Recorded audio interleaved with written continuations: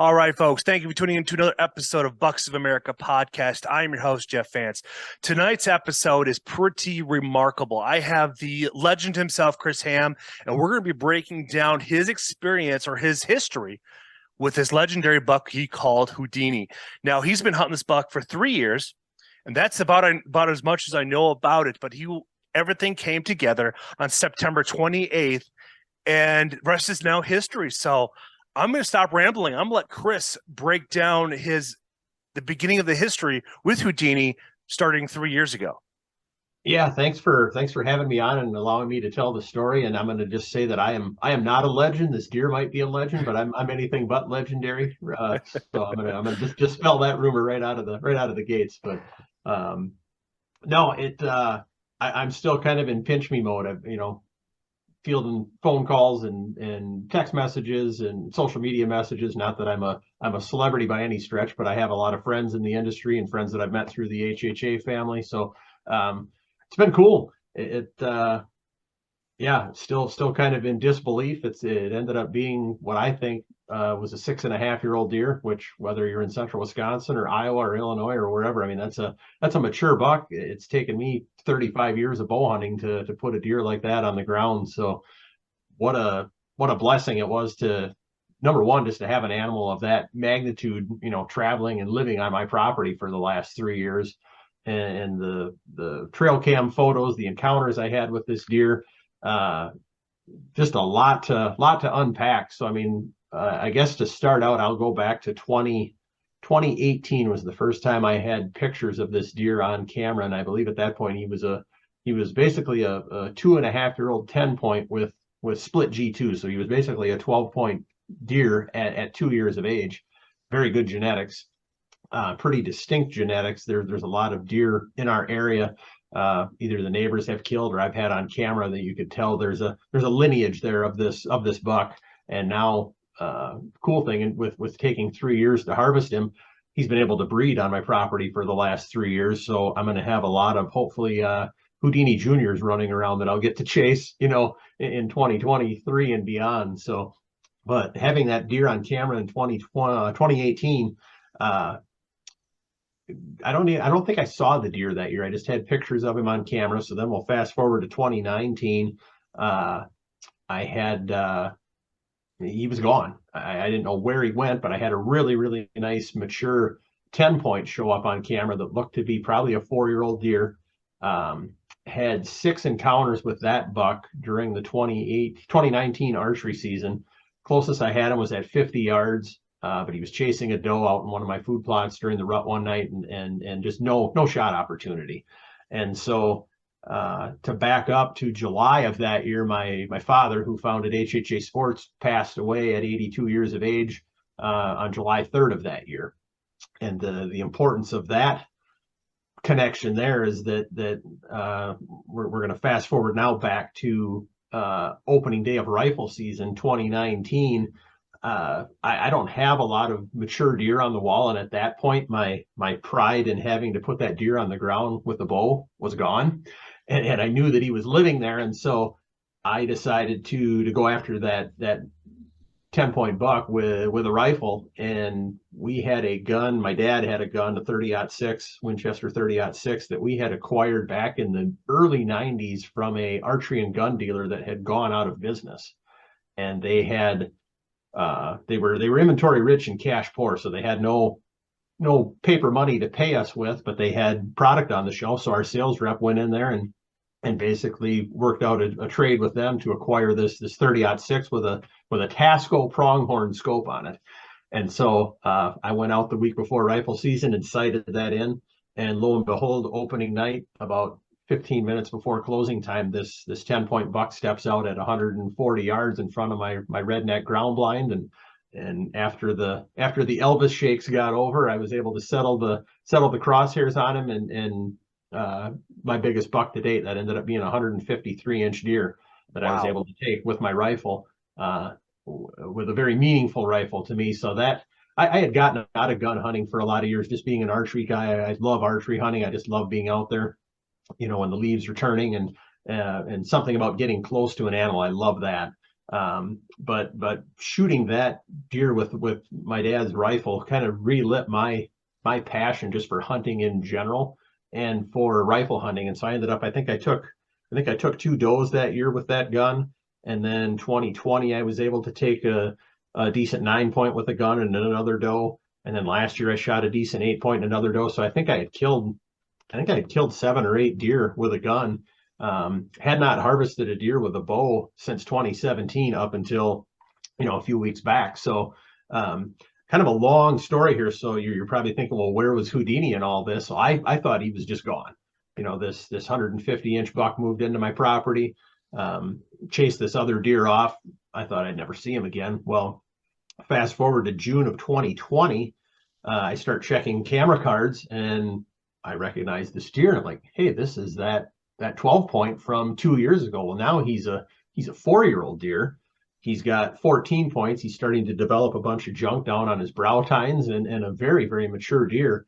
And so obviously very excited. And this is really the first deer. I have 160 acres here in central Wisconsin. And so I haven't really had I'm going to say the luxury of having the same deer on my property year after year after year. And we had owned 80 acres, then acquired the neighboring 80. So I've really been able to manage that over the last half dozen years, put in food plots, put in crops, bedding areas, ponds. I mean, I basically have a utopia for whitetail deer, and I'm the only one that hunts it. So this deer shows back up, and I believe, so that would have been 2020. Saw him a couple times, but no encounters close enough to get a shot either in archery season. I never saw him during the gun season, so he was pretty much under the radar and kind of living up to this Houdini nickname. And so then fast forward to 2021, summer of 21, again, he's back. I've got pictures of him. He's bigger than ever now, probably a 5.5-year-old deer. Ended up seeing him, I think it was Halloween of 2021. I was out hunting on my south 80, and he showed up on my north 80 at noon on Halloween. So I knew he was on his feet. I wasn't feeling the best when I went out in the woods that day, but I'm like, this must be a little bug, and went out and hunted anyway. Wake up on the morning of November 1st and feel terrible.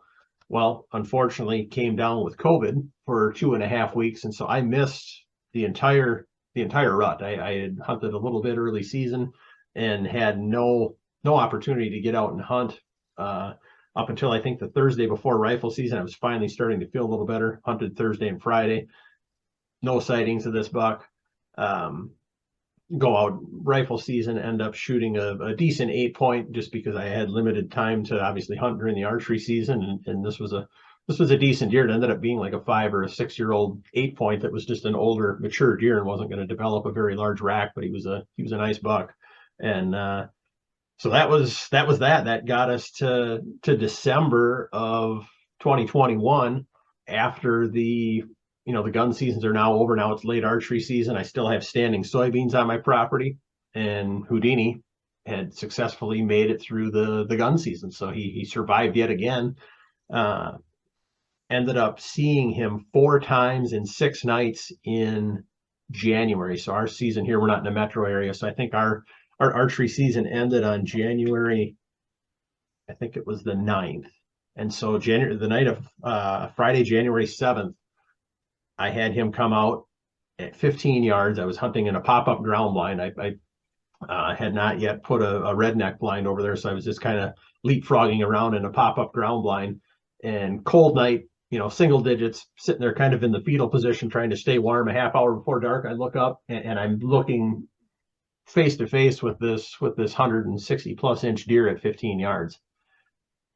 And so, tried to play the cat and mouse game to grab my, I shoot a Matthews bow, so I've got the limb legs on it. The bow is standing 2 feet in front of me, and I'm trying to slowly grab my bow, get hooked up, come to full draw. And that time he's feeding out into the beans. Now he's probably about 25 yards. I just got to full draw, and I see movement out of the corner of my eye. And it was an 8-point buck. I think I ended up finding his shed later in the winter, but he had spotted me completing my draw cycle, didn't like it, spooked, took off, takes Houdini with him. So now, and the only reason I knew this is because there was a birch tree on the edge of my food plot. Houdini is now at 40 yards. I'm at full draw with my pin set at 20. And this was, it's funny because, being one of the owners of HHA, I've had a lot of questions over the years. Well, what happens when a deer moves? What if you have your sight set at 20 and the deer moves off to 40? 25 years, it had never happened to me. And now on the biggest buck of my life, I'm now experiencing that what if moment. And I mean, I shoot a lot. You and I see each other out on the HHA USA, circuit. I do a lot of 3D shooting, on those events and shoot a lot in my yard in the summer. And I practice a lot, but I don't typically practice shooting at a 40-yard target with my pin at 20. And I probably shouldn't have taken the shot, but I did. And it was a clean miss, shot right underneath him. Good. And so, an hour later, he shows up on one of my trail cameras off on my big field. So I knew he was fine. Disappointed that 3 years of chasing this deer now culminated in a miss. And it was funny because I remember sitting in the blind. I wasn't fuming mad. I was just more disappointed and let down. And there was 4 words that came to my mind, and that was patience, practice, perseverance, and preparation. And it was like, it's kind of a gift from God, I'm going to call it, because something that you probably typically don't think about. If anything, you're fuming mad, you're going to get out, find your arrow, and maybe go back after him again. But being 2 days left in the season, I knew that I'd blown my opportunity for the year. So I wrote those 4 words down and I put them on a Post-it note and hung them on my computer screen. Okay. And they've been there for the last 9 months. And so I should probably come up for air and let you maybe ask some questions or something. I've kind of I've gotten us to January of 2022. So that's kind of the 5-year history of Houdini up until January of this year. No, I was just sitting back and listening because you were articulating everything in such a way that's like, I'm just going to let him continue talking about his story because I don't need to intervene in something so magical as this, because I recently had an experience here. Well, I texted you that night when I shot that doe, and I told myself that I'm going to shoot whatever God presents me. And I did. And it's like, I had 3 deer encounters. None of them which were in shooting range or even an ethical shot, because I had one deer. I was sitting on an old logging road about 20 yards up or 20 yards back on a tree stand that was left out on public land.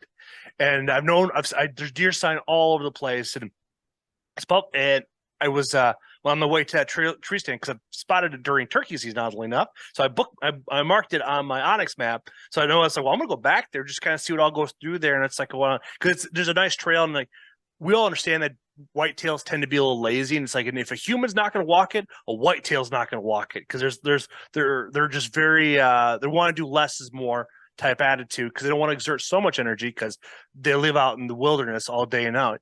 Well, my first encounter, I just caught the tail end of a doe walking into a bed, or walking out of a bed, then going through a little meadow, and then going off to get some body water. My second encounter was this doe walking uphill, but there were so many branches that were crisscrossed, so there's no way I was going to be able to pull off a shot, because even my windows were a 12 by 12 spot, and it's like, even still with the arrow arc shooting Brian Austin's course this past season, you still have the opportunity of that arrow going up and hitting a branch on the way down, or on the way up it's hitting a branch and just stopping. So it's like, well, there's no sense in pulling that off. And I had a doe. I ranged out a whole bunch of spots, and I knew when she landed where I shot her at, 20 yards. And so I put my pin right on her heart. And when I drew back, and it's like, and I followed all the way through, and I watched it through my peep, and I watched the arrow go straight through her. And I see the arrow flashing. My thing is like, oh, sweet, this is going to be an easy find, because it's like she took off about 40 yards, and then I lost her. So it's like, all right, well, at least I know the last point of reference. And when I got to that one spot after I claimed my arrow, called up a friend of mine, Ryan Woodhouse, which lives local in the area there.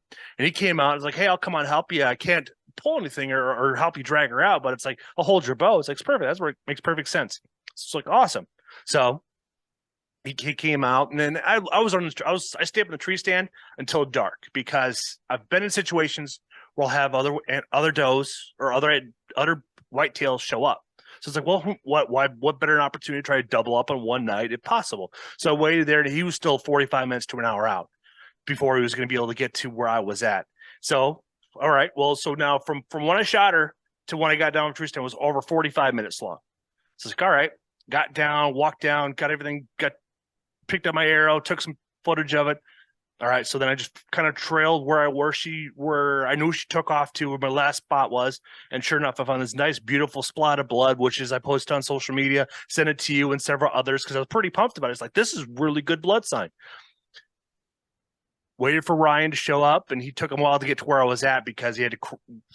It was not an easy process to get there. It is a very thick piece of property. Then it's like it makes sense why this tree stand is there on public land. Now, for those who are listening to it, like most places, you have to remove tree stands off public land. Well, Scott Walker, before he left office, he passed it into law where now you can leave them on there. You don't have to take them down, but you're supposed to remove it at the end of the season. So it's like, well, it's not mine. So it's like, well, it's still up there. So, all right, well, it is what it is. Straps are still good. I'm going to use it. Ryan gets there. We track her. We track her for well over 100 yards, seeing blood spots all over the place. I mean, really good, but she never laid down. She just kept running. And as we continue going down to a body of water, she crosses this little creek, and the blood gets even thinner and thinner and thinner. And then he brings out another buddy of his to help us look for it. So there's three sets of eyes looking for it. We're going all over the place for it. And if I hit her in a spot where I thought we did, because I told her I hit him right in the brisket, right in the heart area, but it's like it's such a small area. Then you're talking a very small broadhead. It's going to there's a lot of room on a doe when you're looking at with just a small micro diameter shaft that I had won from one of the HHA events, and we didn't find her that night. We spent 4 or 5 hours looking for her. Then my wife and I went out the next day, and we were about ready to call it quits. But it's like I said, like, I'm fine. I'm gonna walk up this ridge, and there it is.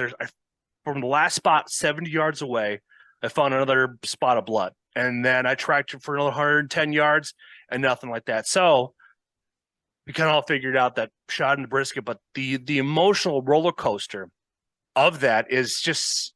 It's heart-wrenching as a hunter because it's like you put all this time shooting pretty much every weekend since May, and it's how it goes. But luckily, based off of my conversation with Matt, he was telling me it's like you probably shot in the brisket, so she's probably going to heal. And like looking at some QDMA maps, stuff like that, where people have shot, and then like kind of giving a history behind it, that's like most likely it will survive. Or some coyotes are going to eat like kings, because we heard two packs of coyotes go off at about 10 o'clock at night. So it's like, well, either way, it's going to complete the circle of life. So I took it's been a week since I've been out in a tree stand and held my bow, because I spent that time out there out in Okoboji fishing. But it's just frustrating because I tracked over 400 yards, but we all can kind of figure out that she just never stopped. If she would have stopped, laid down, she probably would have passed. She would have probably expired, but that's just how it works out. But, I'm just happy that for your shot placement, everything worked out. So I'm going to lead into this next segue. So like, where'd you shoot it at and how far did it run? Yeah. So I guess just to kind of finish up on what you talked about, I mean, that is the unfortunate, or one of the few unfortunate things about being a hunter, especially an archery hunter. I mean, I've hate to admit it, but I mean, over my 35-year hunting career, I've probably lost, a handful of deer. I mean, yeah, it's not a good feeling. But like you said, there's either two outcomes. Either A, it wasn't a lethal hit, the animal's going to heal. I mean, you hear stories every year of people that have shot deer and then they end up getting them again the next year, and part of their arrow is lodged in the animal, or the neighbor will shoot them. So, I mean, that's either going to happen, or worst case, yeah, the animal may run off another 300-400 yards and expire, but circle of life, it's not going to go to waste. So I know it's ammo for the anti-hunters, and we won't get off on that tangent. But it's just one of the few unfortunate things of being an outdoorsman and a hunter, is that we can prepare, we can practice all year long, and things happen, and unfortunately we don't always have the pot of gold at the end of the trail. But it shouldn't it shouldn't discourage any of us. I mean, we get back out, we practice more, we do everything right, and eventually we're going to get our venison in the freezer and that buck on the wall. So Yeah, exactly. So fill us in on with your experience with Houdini. Yeah, so like I said, January we missed that deer, and at that point the Rise bow sight had not come out yet. Which, for any of our listeners that are familiar with that, that's a 2-pin sight that essentially has a second aiming point a half inch lower down from the first one. So had I had a Rise on my bow back then, had I been full draw at 40 yards on this buck, my second pin on my Rise is 36. So I would have then just used my second pin, Yeah. held that just a skosh high, and probably made a much better shot on that buck back in January. But again, I'm not one to have regrets, or everything happens for a reason. So fast forward to, I think it was right around 4th of July, I started getting pictures of deer on camera, and instantly I knew that it was Houdini. I mean, I can send the picture to you to take a look at, but it was, you could tell that his bases were developed. He had all that junk and almost that crown of horns that he had before his main beams had sprouted.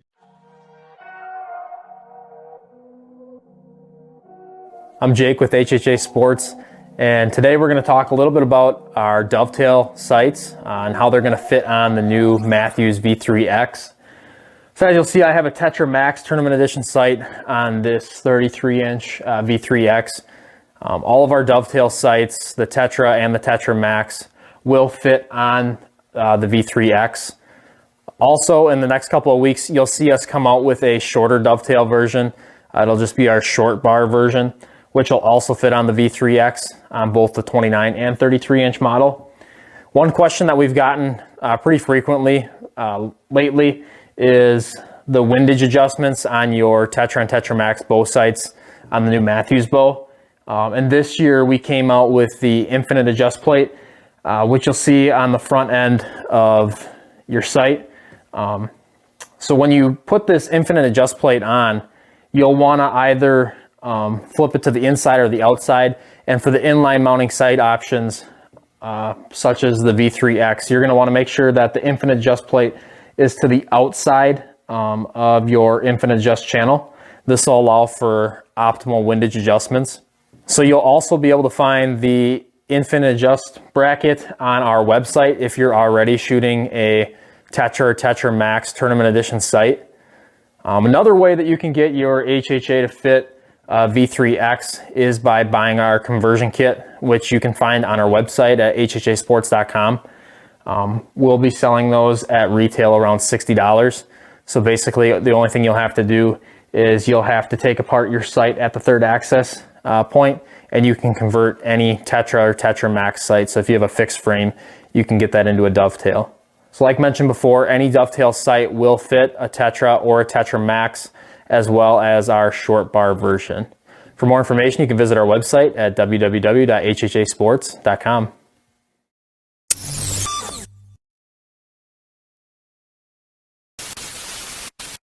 And just a very, very large deer. And I think it was about the first or second week of November last year. I had a picture of him on my trail camera, and I don't know if he was either shot by another hunter. I didn't get a picture of him in the daytime, but it was in the dark. But you could tell that his side had almost like a wet wound on it. So he either got shot or he got gored, maybe in a fight.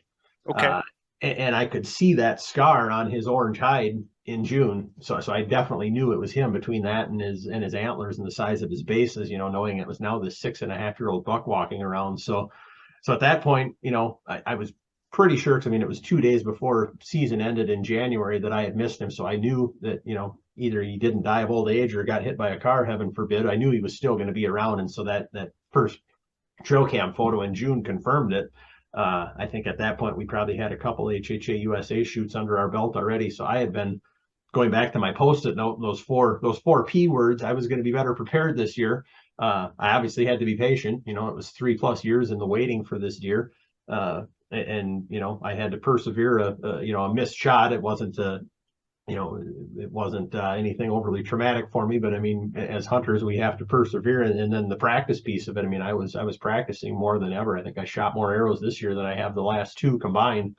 just so that if that moment came up again, I would do a better job of executing it. So, like I said, pictures of him all throughout the summer, and then with the weather and the temps cooling down, I knew that there was going to be hopefully an opportunity to have him daylight early in the season and get a crack at him before, that October lull, if folks believe in that, before that came along or before the rut kicked up and he ran over to the neighbors. So I had him show up the Thursday before I killed him. There was a big temperature swing, and I knew it was going to be a good night to be out hunting, but had committed to go to our nephew's homecoming parade for he's a starting quarterback on the high school football team here. And so my wife and I were at the parade, and I joked with Jake, my sales manager. He's like, you probably want to turn your cell cams off because Houdini's going to show up tonight. And sure enough, while I was at the parade, 5 after 6, he showed up 25 yards in front of my blind, right where I missed him in January. And so had a couple other things going on that weekend. Unfortunately, I wasn't going to be able to get out and hunt until Monday. So that deer actually showed up in the daylight 2 other times that weekend. I believe it was Friday and Sunday night. He showed up on my big field on my South 80. So I knew he was up on his feet and still kind of in his summer patterns. And there was an opportunity there. So Monday night would have been the 26th of September. I hunted that night in the same spot. And I've got a really nice 8-point. He's either a really, really nice 3-year-old or a 4-year-old, probably an 18-inch wide deer, just a good buck that under normal circumstances, had Houdini not been around, I would have shot this buck. He would have been my target buck for sure. Had him come out at 6:15, 30 yards past him. Saw a couple other small bucks and some does and fawns that night. Tuesday night.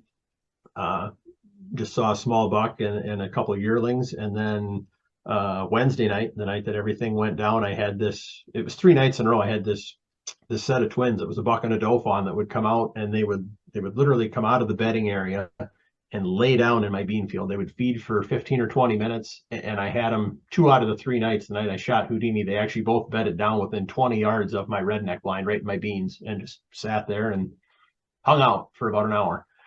And then they both must have decided to get up and start walking back to the bedding area. And this was about 6 o'clock, and it was a very quiet night. And it's about 50 yards across my bean plot to where the wood starts on the north side. And I heard a twig snap, and the buck fawn looks. I looked at the same time, and all I see is antlers sticking out of the brush. And I instantly knew that it was him. And this is the same spot that I had seen this deer, 4 times in January. It was very close to his bedding area. He came out, and I think I had him at 40 yards. Initially, he was head on. Obviously, I'm not going to take that shot. And so I ranged him. He took a few steps towards me, and then at that point, he was now broadside. I ranged him again, and he was at 35 yards. And I rolled my sight to 35, had my release hooked up, was just getting ready to pick my bow up. And that patience word came to my mind, and I'm like, nope, you're going to wait. He's going to get closer. And I mean, there was a risk involved in that. I mean, I had a good broadside shot at 35 yards, but keep in mind, I'm in an enclosed box blind. The deer has no idea that I'm there. It's almost like he's feeding out in a bean field in the middle of summer, clueless that I was there. So, unhooked my release, rolled my sight back to 20 yards, and I waited.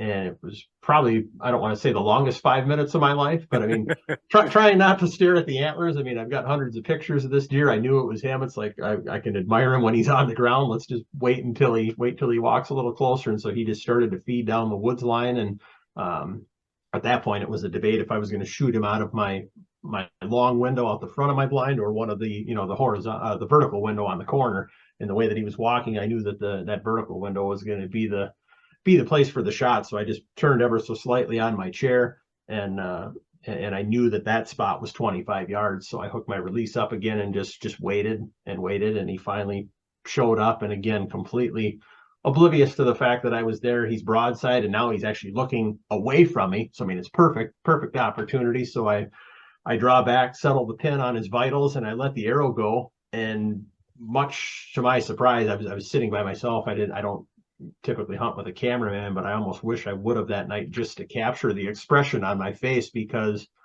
the deer dropped in his tracks. No kidding. And I mean, I don't like to peek or try to see where my arrow went, but I mean, from everything I could tell, I mean, it was a 25-yard shot, totally broadside.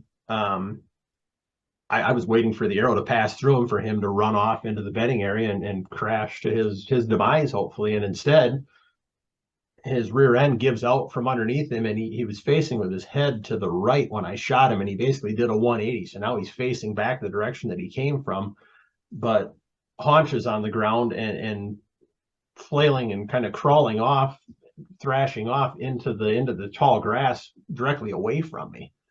And at that point, I was able to kind of see where the arrow had gone in, and I had good penetration. But I think what happened after we ended up skinning him out is that my broadhead hit one of the ribs, and instead of going straight through, it kicked up, and it ended up severing his spinal cord. No kidding. I mean, I felt terrible, but again, what do you do? I did everything right by the book. I can't control what happens to the arrow once it hits the animal. I mean, it should have just blown through, but instead it deflected and severed his spinal column. So he was essentially paralyzed, couldn't go anywhere. And I was 95% sure that was the case.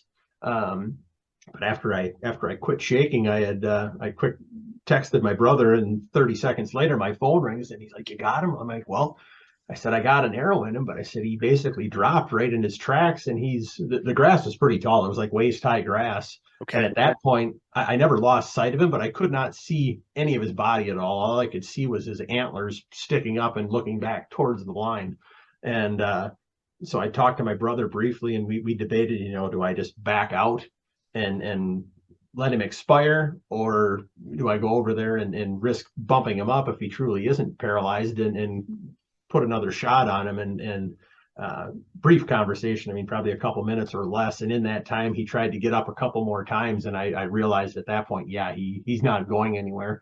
And I've got to do my job as an ethical hunter and get over there and put one more arrow in this deer and finally claim this deer that I've been after for 3 years, And so that was what I did. I was able to get over there and give him one more arrow to finish him off. But what a shock to have that happen. I mean, not the way I saw it going down. I mean, perfect scenario, is you put a double lung shot on a deer like that and it runs 50 yards and tip over. That's what happened 5 years ago, the last time I shot a buck with a bow. I mean, 12 yards, heart shot, ran 50 yards. I heard him crash and he was dead in 30 seconds. But again, that's just one of the, if there's another unfortunate thing about archery hunting, it's that is having to, put a second shot on a deer. But I'm thankful that he didn't get away. I never lost sight of him, and I was able to take him home with me. So that is the right philosophy, though. When you have a such situation like you encountered, is to knock another arrow, because listening to other people's experiences where they have had those scenarios where the animal's still not dispatched, and you need to make sure you do it ethically. And it's like when you listen to those from like Randy Newberg and those who gun hunt like Steve Ronell and such, they continue shooting until the animal is down, because it's just part of, I guess, the meaning of making sure that the animal is taken and it doesn't suffer. And I think that's why we, as outdoorsmen, are always encouraged to make sure you continue until the animal's down, because it's like we don't want to have it suffer. And that's what kind of separates us from animals to human beings, that adding that sense of humility to the pursuit. Because Steve Ronell, I think it was first season or second season, he shot a bull moose and it wasn't down. That thing charged him. And they had to shoot it again. So it's like now you're dealing with an animal that's 1,800 pounds charging you. That it's not uncommon for hunters to get dispatched themselves because they decided to flip tail and come right at you. Yeah. Thankfully that wasn't the case with him. But what a I don't know. I don't like to use the word epic, but it was a very emotional conclusion to a 3-year journey to be able to harvest this animal. And there was a little bit of a ditch. It kind of drops down just maybe a foot or two where he had actually crawled off to, and so he was kind of down a couple feet in this ditch, tall grass, And at that point, I called my brother back and said, got the deer, and he lives about 20 minutes from where I hunt. So he drove out and helped me get him out. And it was starting to get dark by that point, so we weren't able to get a ton of good pictures before we lost light. We ended up taking some the next morning, but just getting that deer out of that ditch and 15, 20 yards out to where I could field dress him, it was a big deer. It was the biggest deer that I've ever shot in my life, as far as as far as antler size and just body size, and the largest deer that anybody's taken in our family. But I mean, it tipped the scales at 200 pounds. Wow. It was just a tank of a deer. And I mean, had it hanging upside down the next morning to cape it out, to get it to the taxidermist. And when I got the cape off, the neck on that deer with the hide off, I've shot a lot of bucks that have had smaller necks with their hides on than this one had.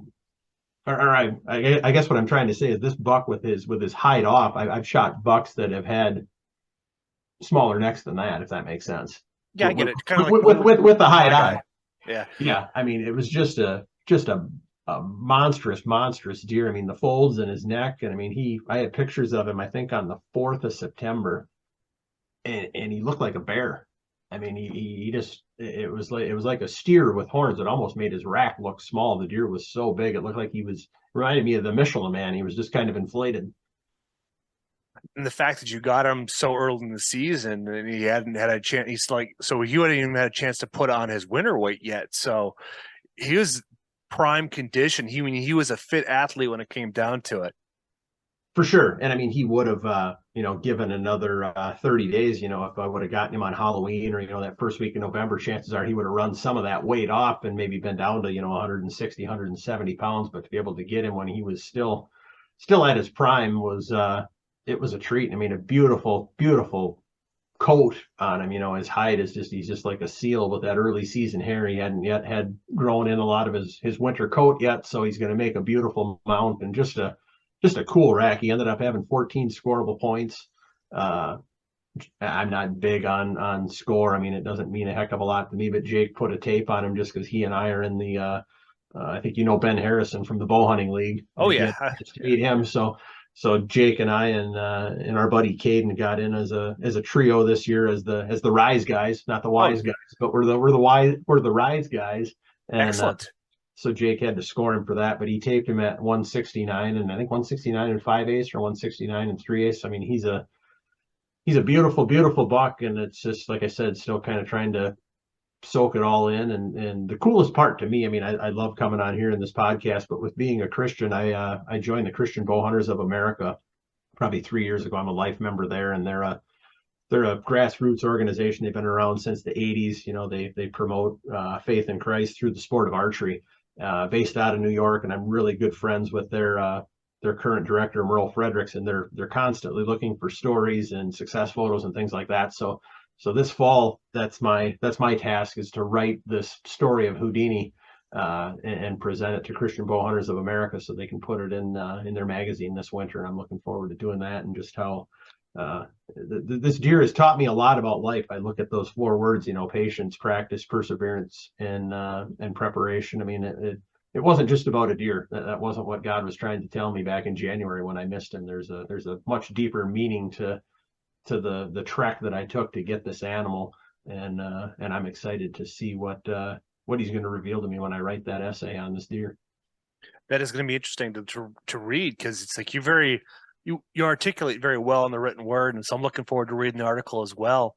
That having it spotlighted there. But yeah, I just had Ben and Matt Powell on the podcast here a couple weeks ago. We went live and stuff like that. He was like the second podcast I ever went live with, and we had a really good conversation. We talked about like what all their growth that they got going on and such. So I didn't know that you, Caden, and Jake got in there because in part of the contest, because it's like they're those two men have developed such a fun product and such a good wholesome community that it's just definitely taken the country by storm. People donating bows and mounts, and it's just remarkable on what they've been able to accomplish and hitting 40-some thousand followers in their group and such. It's impactful what they've done, and they even have some fun offshoots that they're going to plan as well.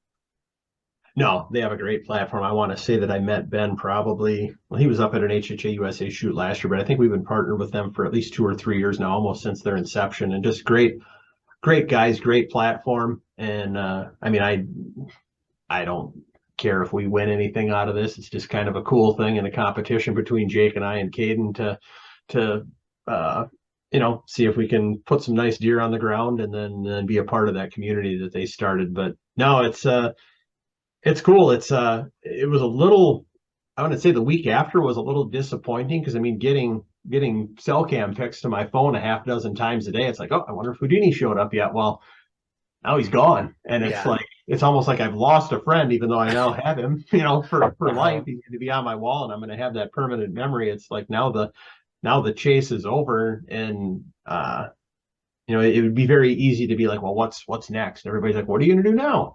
And I do have 3 doe tags for here. So as a responsible sportsman, I want to do some herd management and hopefully get a couple does here this fall. And, if that 8-point is still around during rifle season, great. He'll be my target buck. But if not, I probably won't shoot a buck with my gun. But the exciting thing is what else is going to show up? Because I mean, for 3 years, he was the big kid on the playground, and now he's gone. And even though this 8-point is a good deer, I wouldn't call him a dominant deer. So I'm very excited to see over the next 4 to 6 weeks as the rut picks up and these deer start expanding their home ranges a little bit. Good chance that another mature deer from half mile and a half down the road is going to move in and go, hey, there's nobody here to push me around. I think I kind of like it here. This guy's got food, he's got bedding, he's got water, he's got ladies. I'm gonna stay here. So I'm excited just to see what shows up on my farm over the next couple months here leading up to gun season. And but for now, I'm just going to kind of enjoy this moment because it's taken me 35 years to shoot a deer of this caliber. That this might be the only one like this I ever get. So I'm not a braggart. I put a couple pictures of it on social media, but ultimately, God's going to get all the glory for this harvest because if it wasn't for him, it wouldn't have happened. So I'm just excited to share the gospel through a big deer and see what's next. So Definitely. We had this conversation last year when you shot that one buck and you felt kind of you felt differently when you started talking about like and how that buck chain gave you perspective about shooting Houdini and such. Now it's like everything, all that hard work and preparation is just remarkable. And what I wanted to find, like because I want to take a little bit of time to talk about the tactics that you did. It's like when you got into, because I mean this is a mature buck, and it's like a 6.5-year-old is no joke when it comes down to the whitetail world here. So did you play the wind in this scenario and kind of give us some tactics that when you step foot out of your truck into onto the field and getting out to your blind, what were some of the things that you pay attention to? So this way, then you give yourself the opportunity to the most success. yeah, I mean, I think the biggest thing, and I mean, I'm not an expert by any means. This is the first mature buck that I've really killed beyond that one that I got with my rifle 3 years ago. So I'm not a guru at all. And I mean, I have a lot of friends that consistently harvest mature deer. So I've learned a lot from them over the years and employed a lot of their tactics. But I mean, the biggest thing is just having minimal penetration on your land. If you're fortunate enough to have private land, set aside a sanctuary. I've got 160 acres and I don't think I'm going to say probably 30 to 35 of that is farmland, whether it be alfalfa or corn or soybeans. So, I mean, let's say 25% of it's tillable. I've got an 8-acre pond. So, I mean, I might have 100 acres of woods. And out of that 100 acres, I've got six blinds on that 100 acres, but I don't think in the course of a given spring, summer, fall leading up to archery season, I might have been out there a dozen times this year. Cell cams are huge now because, I only live 15 minutes from my property. I don't have to have cell cams because my farm is 8 hours away. I just like them for the minimal impact that they have on the ground. I mean, I wear rubber boots anytime I go into the woods. Scent is a huge thing with whitetails, as anybody that's hunting them at all knows, especially when you get into a mature deer like that. So the minute that a mature buck knows that you're there and that he's being hunted, he's probably going to be gone. And so just having that minimal impact on my property and then kind of basically just hunting the fringes. 'Cause, I mean, I've got bedding area on my land. Houdini was bedded on my land for the last 3 years. That was his home base. And so I wouldn't doubt that I shot him maybe 200 yards from his bed. So, I mean, that night I did play the wind. I mean, I believe we had I'd have to look back, but I think we had a north wind that night. I mean, he came directly from.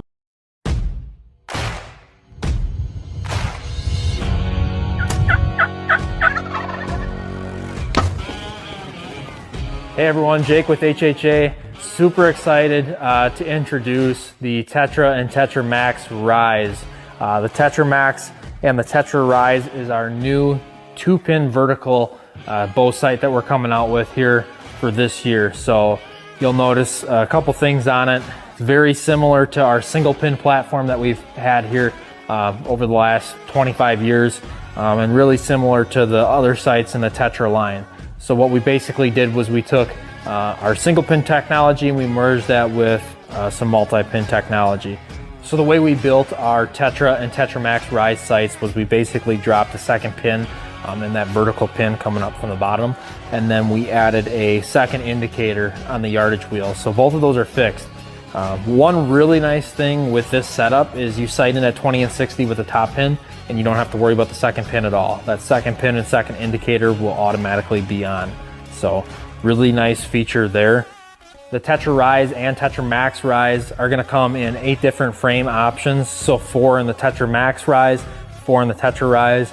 Both are gonna come in the fixed Hunter Edition frames. So the Tetra Hunter Edition frame, the Tetra Max Hunter Edition frame, as well as the Hoyt Picatinny mounts in both the Tetra Max and the Tetra Rise, as well as the long dovetail and then the short dovetail bar option that I have on the Matthews bridge lock system. So all the dovetail options within the Tetra and Tetra Max Rise are going to be compatible with the Matthews bridge lock system. So within both of these product lines, you're going to get a lot of different options as far as which sight you want to go with. So you're going to get your choice of a yellow or red second pin. Red is going to be the standard second pin color, but you can choose to go with the yellow option as well. And then both will be available in either a 10 or a 19 thousandths pin. All scope housing sizes are 1 inch and 5/8, and we do have the same front end that we've had on the Tetra line since 2020 with the macro gain adjustments as well as your micro adjustments as well for windage. New on the Tetra Rise this year, you're going to notice that there is a new needle carrier. So this needle carrier obviously has the 2 indicators, but you will see that it is a red anodized needle carrier to really call out where your needles are at. On the Tetra and Tetra Max Rise, we'll be able to achieve longer distances. So we have built the longest tape sets that we've ever offered in our company's history. So guys are going to be able to get out to 120, 130, 140, 150, and in some situations even farther depending on your arrow setup. It's just making sure that we're getting arrow clearance, but really nice feature to be able to just step out in the backyard or head out to the 3D course to shoot out to some of those longer distances. On the hunting side of things, this is one of the nicest hunting sights that we have ever built. It does have reasonable pin gap spacing with a 1/4 inch spacing. That way, you know, if that deer runs out from 20 to 35, your second pin's on. So the most commonly asked question that I've had so far as we went through this whole setup process is, where does that second pin sit? Well, that second pin is going to vary depending on the different arrow setups that you do shoot. Closest answer I could give you is the most common is going to be somewhere between 32 and 40 yards depending on how fast your bow is. So you'll likely be somewhere between that 32 to 40 yards with that second pin if the first one's at 20.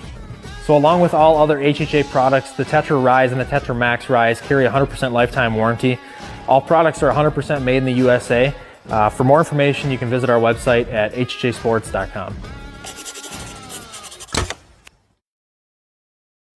North of me, so I mean he was straight upwind when I shot him. I do wear some scent protectant clothing and spray myself down, and then I'm hunting out of a ground blind too, so enclosed box blind, so I mean I'm able to keep my scent down as well. So I try to do everything right, if that is considered right in people's eyes, as far as scent control, and then just minimal penetration on the land, and just kind of hunting smart. I mean, it doesn't take. I mean, that was the third sit of my season. I think back to 2020. Because I keep a spreadsheet and then log all my sits on it. I think I hunted 60 or 65 times that fall between archery and gun season to try to get that deer. Didn't educate any of my animals. I mean, again, just being smart, going in and out, and playing the wind right, hunting the right locations on the right nights. But I mean, that's to me, that's the big thing, is just having that minimal penetration and setting aside that sanctuary. Because I started doing that, probably 6 or 7 years ago, before we acquired our other 80. And I have, about 20 acres of my south 80 that I just don't go in.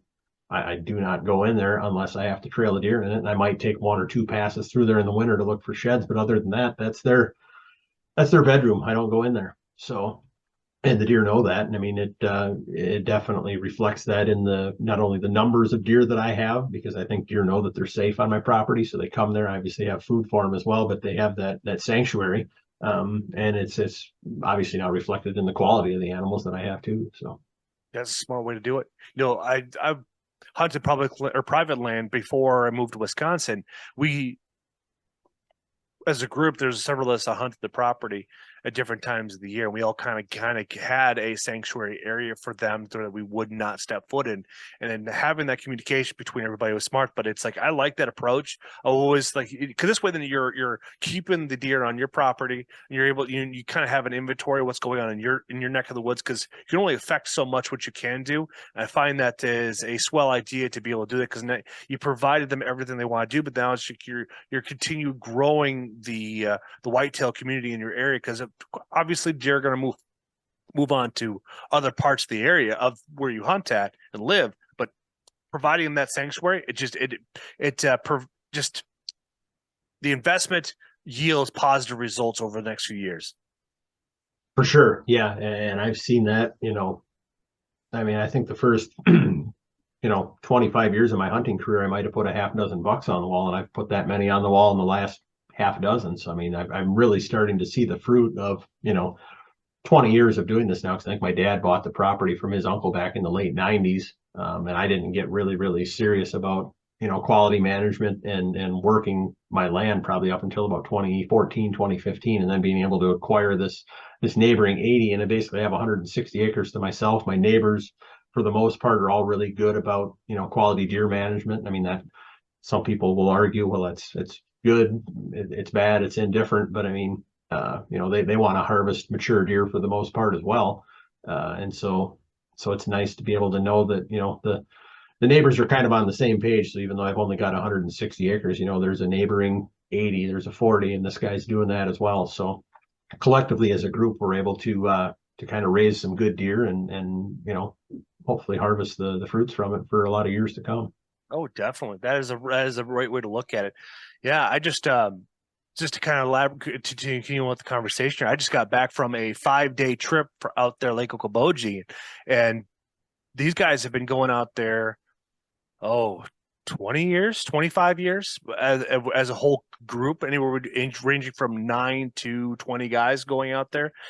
Over the last couple of years, they've had to slim it down just because the place where they go, the cabins they rent out have been booked up. They're like because what ended up happening in 2020, like everybody didn't recognize how valuable the time was and spending that time outdoors, and the facility that they rent these cabins from have been booked up consistently. So now they have to pick and choose on who can come and who can't go. But we were out there, and we spent, my face is just windburn from out there, because we dealt with a couple of days of 15 to 20 mile an hour wind gust out there in Lake Okoboji. But we ended up coming home with between 9 guys. So those don't get too upset. We caught between bluegills, crappies, yellow bass, pike, walleye. So we have a variety of fish to choose from. But we ended up coming home, I think between us, all of us came home with 1 limit of crappies, and then a bunch of yellow bass. And yellow bass are like, they're just all over the place. They reproduce like rabbits. They're just crazy how fast they churn out new spawns every year. But it was just absolutely amazing. My dad and I fished every single day except for Sunday, and because we were all just kind of tore up from the day before, because Saturday was a bit rough. But we ended up catching 2, 3, 4, just shy of 500 fish. Wow. Yeah, that's a good trip. Yeah, exactly. And it's like I've taken advantage of these, like most people would normally would be focusing on hunting, but you and I have had this, like we've talked about stories about our fathers and stuff like that. And it's like, and still having him around, I just want to take as much time as I possibly can with him, because he's going to be 70 this year and he's still up and going. And I think I'm being invited back to Okoboji in May, but it's one of those things where it's like I will gladly sacrifice 5 days out of my whitetail season to go spend time with him and all the guys and such. And I got in there and we filleted up fish. We had one night we had 6 guys filleting fish. We caught almost just shy of 300 fish in one day, and we're just filleting them all up. I took a lot of pictures, and it's just good to see that type of camaraderie and that brotherhood that has established, and keeping friends for that many years and dedicating them, all of them, because all of them hunt too, all of them fish, that they want to be able to get together twice a year and do this stuff. No, that's awesome. That's what hunting and fishing in the outdoors is all about, is having that camaraderie. And I mean, even though I hunt my property, by myself, I mean, my brother has his own property that he hunts. And so, I mean, thanks to the modern technology of cell phones and texting, we're always on the stand and, hey, what are you seeing? And, he shoots a deer, I go over and help him, and vice versa. And and my cousin Barry, which I think you might have met my cousin Barry Hamm. He's one of our volunteers for HHA USA, but he hunts on the 40 just to the south of us. So that 153 that I got a couple of years ago, he and his cousin were able to come and help me retrieve that. And then the buck that I shot last year during rifle season, that I was kind of having buyer's remorse on, that he reminded me, hey, this is the deer that God had planned for you to shoot. So just be happy with it.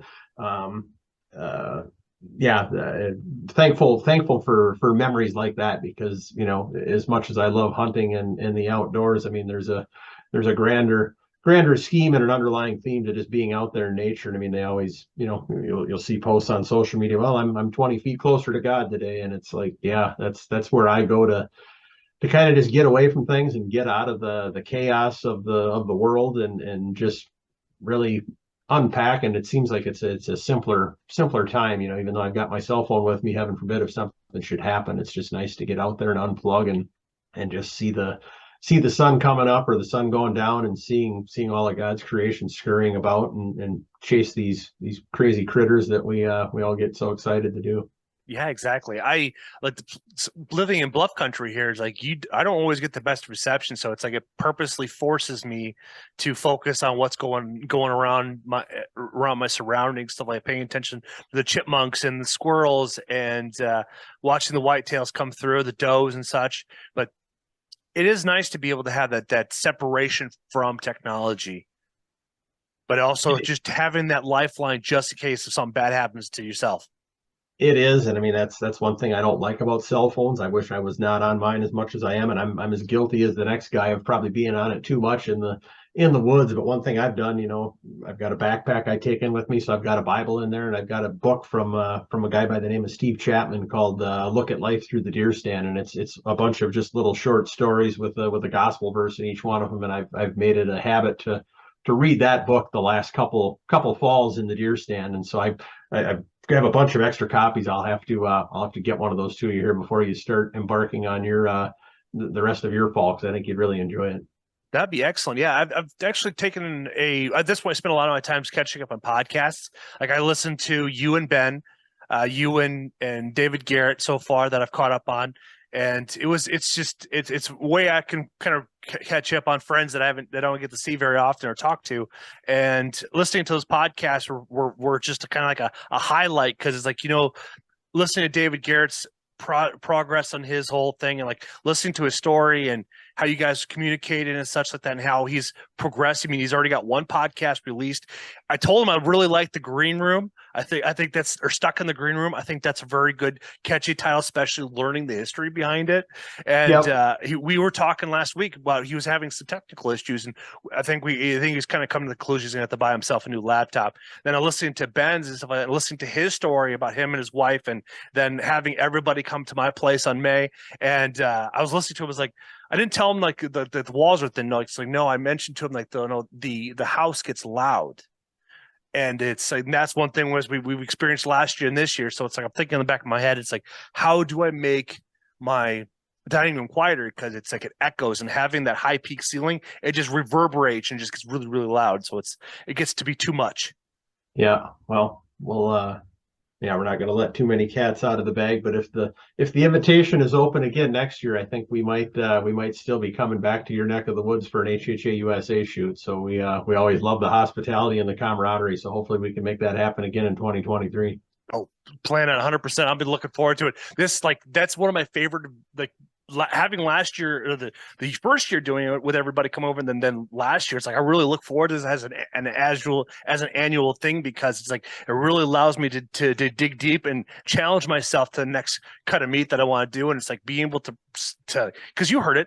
Well, after everybody started eating, it was just quiet. It was like everybody cleared their plates. It was just absolutely amazing feeling, because I've always found that, like, with my calling to cooking, and it's like, I think that's God's way of telling me, is like, this is your way of bringing people together and being able to execute and bring everybody to share stories and give each other grief. It's just kind of a very rewarding thing to have. And these are just small things to have. It's like this way of maximizing each year to its potential. Because I've noticed, like, this 2022, I have been busy since snow melted, nonstop going. Like it's either doing something with HHA USA, traveling with relatives, going fishing, going hunting. It's like I really like having my life being so full, because if you don't do anything, it's like you'll see all these years pass by you and they seem very empty. And it's like I find myself being very full. Yeah, and there's a little bit of a danger with that. There's a balance if you get too busy. At least I found myself personally, with owning a business, having a podcast, having a nonprofit, being married, having a family life. I mean, there's definitely a balance there, and you have to keep everything in its rightful place. Correct. But, and I think hopefully we're kind of derailing from the Houdini conversation here. I think we've kind of wrapped that up, and we can finish off HHA USA. But I just put a post out today that we basically have 3 or 4 events that are going to take place in Wisconsin next year, and we had talked about expanding nationally. That's going to happen, but and it happens more times than not, I'm very, very guilty of wanting to do things my way, and my way and God's ways are 2 completely different things. So I'm still probably 30 days away from fully pulling the cover off on the 2023 schedule. But I have to get together with our good friend Chad Kleifkin from Toma Warrens and start hammering out some dates with him. But it's looking like we're gonna be going back there and going back to Wisconsin Rapids, which is where the banquet was last year. And then unfortunately we're walking away from some of the other clubs that have hosted our shoots here for the last few years, just because we're getting into some different parts of the state where we've been continually getting calls for, and then hopefully a couple out of the state events. One of them definitely going to be a big, hopefully a public event, and then possibly a private event that could really, really be I hate to use the word game changer for HHA USA in our future, but kind of leveraging some of my connections in the outdoor industry and the sporting world for hopefully something really, really special that we can announce in the next couple months here. So just a lot of cool stuff happening. But yeah, I can't thank you enough for opening up your doors and using your talents as a chef, because that's a meal that I always look forward to on the HHA USA trail, is going to Jeff's house. It's like, yeah, he's going to do something good, and all of that chatter is going to go down to nothing when the food comes out of the smoker. Oh, amen to that. And then one thing that Tyson mentioned to me in passing is like, you just let him know. So this way, because I think he's on the board for Blackhawk Archers down there in Iowa. Let him know what your schedule is. So this way, then he can plan his schedule there and make sure he can attend more events up there in Wisconsin. Because it's like he wants to make sure that we're both on the same page. Also, Brian Austin too, because it's like he's always a busy man. So it's like including those guys in a conversation. They'll drive more people over. But it's like, because this way then he can figure out how to plan their events around, because they really enjoy going the extra mile and coming and spending time with all of us. No, it's a great family that we have built over here over the last few years, and you were a big part of that. I mean, I was just talking to Travis Rigstead on the phone yesterday, and he's the one that originally connected us, and I just thanked him for that connection again, and just how, you know, great of friends you and I have become. And it's special. It's a very special community that we have, and I'm glad that you're a part of it, and appreciate everything that you do for the outdoor and the veteran community. Thank you. Yeah. Oh, as a closer then, for those that know me, that I do the stand down event. I've been doing it now for the last 6-7 years. It's this weekend. It's Friday. This podcast will come out tomorrow, so it'd be perfect timing for it. But anybody that's in the Illinois area that wants to volunteer, reach out to me, because we're always looking for more volunteers. I know with COVID and stuff like that, kind of throw some different regulations in the mix, but we're always looking for volunteers to help out the homeless veterans in the Peoria, Illinois area. We're forecast to see anywhere between 350 to 400 veterans in a 5-county area that'll be busing in. And some of the key aspects is a warm meal, getting them warm clothes, toiletries, sleeping bags, boots. Even if you can't show up, at least donate, and I can get you in touch with the people that be if you'd want to donate necessary